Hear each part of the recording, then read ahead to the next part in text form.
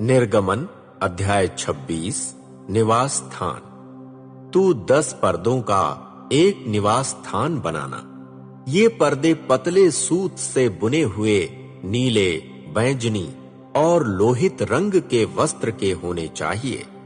तू उन पर कुशलता से करूबों के चित्रों की कढ़ाई करना। प्रत्येक पर्दे की लंबाई 12 मीटर 60 सेंटीमीटर और चौड़ाई 1 मीटर 80 सेंटीमीटर होगी। सब पर्दे एक ही नाप के होंगे। 5 पर्दे एक दूसरे से जोड़े जाएंगे। इसी प्रकार शेष 5 पर्दे भी एक दूसरे से जोड़े जाएंगे।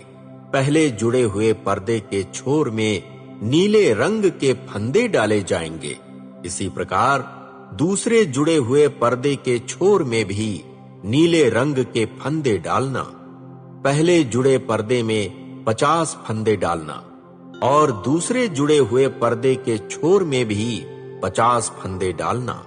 फंदे आमने सामने होने चाहिए। तू सोने के 50 अंकड़े बनाना और जुड़े हुए पर्दों को इन अंकड़ों के द्वारा जोड़ देना, जिससे पूरा निवास स्थान एक बन जाए। तू निवास स्थान के ऊपर तंबू के लिए बकरी के बाल के पर्दे बनाना। तू कुल 11 पर्दे बनाना। प्रत्येक पर्दे की लंबाई 13.5 मीटर और चौड़ाई 1 मीटर 80 सेंटीमीटर होगी। ये 11 पर्दे एक ही नाप के होंगे। तू 5 पर्दों को एक दूसरे से जोड़ना। इसी प्रकार शेष 6 पर्दों को परस्पर जोड़ना। किंतु तू छठे पर्दे को तंबू के सम्मुख दोहरा कर लटका देना। तू पहले जुड़े हुए पर्दे के छोर में 50 फंदे डालना।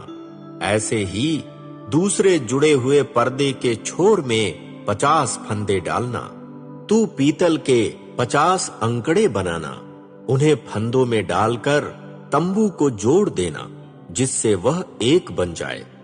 तंबू के पर्दों का बचा हुआ भाग, आधा पर्दा जो बच जाता है, वह निवास स्थान की पिछली ओर लटकता रहेगा।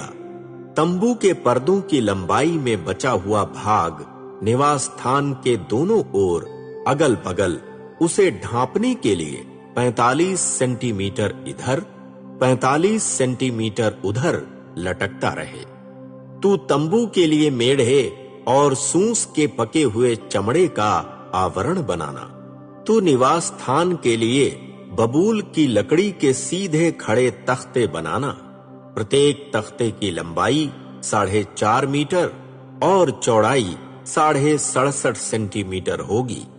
उन्हें परस्पर जोड़ने के लिए प्रत्येक तख्ते में 2 चूलें रहेंगी।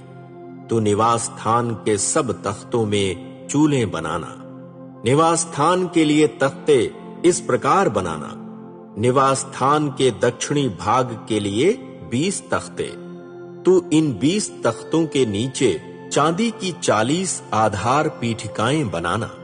एक तख्ते के नीचे उसकी चूलों के लिए 2 आधार पीठिकाएं और दूसरे तख्तों के नीचे भी उनकी दोनों चूलों के लिए 2-2 आधार पीठिकाएं। निवास स्थान की दूसरी ओर उत्तरी भाग में 20 तख्ते, उनके लिए भी चांदी की 40 आधार पीठिकाएं बनाना। प्रत्येक तख्ते के नीचे 2 आधार पीठिकाएं।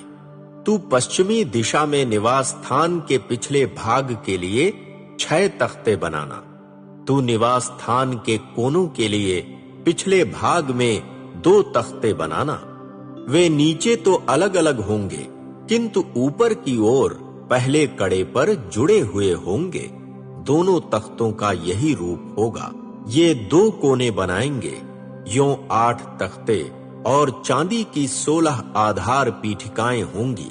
एक तख्ते के नीचे 2 आधार पीठिकाएं। इसी प्रकार दूसरे तख्तों के नीचे 2-2 आधार पीठिकाएं। तू बबूल की लकड़ी की छड़ें बनाना।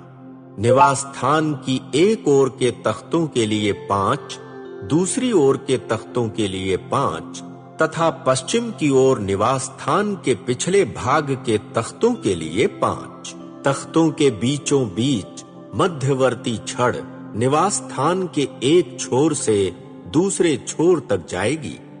तू तख्तों को सोने से मढ़ना, तत्पश्चात तू उनके कड़ों को जो छड़ों के जकड़ पट्टा होंगे सोने के बनाना। तू छड़ों को भी सोने से मढ़ना।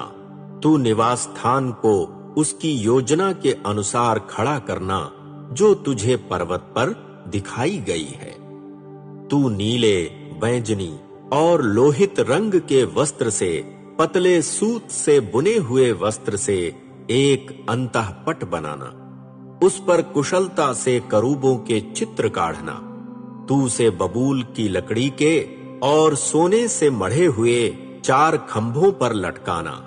वे चांदी की 4 आधार पीठिकाओं में लगे हुए और सोने के छल्लों में फंसे हुए होने चाहिए।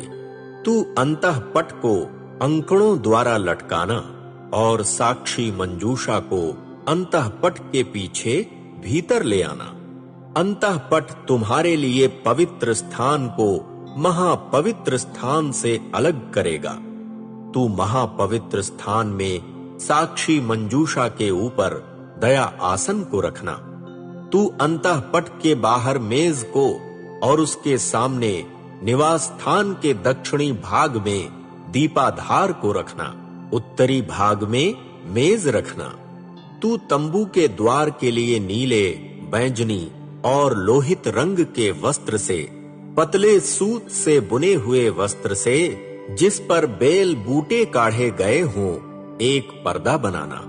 तू पर्दे के लिए बबूल की लकड़ी के और सोने से मढ़े हुए 5 खंभे बनाना।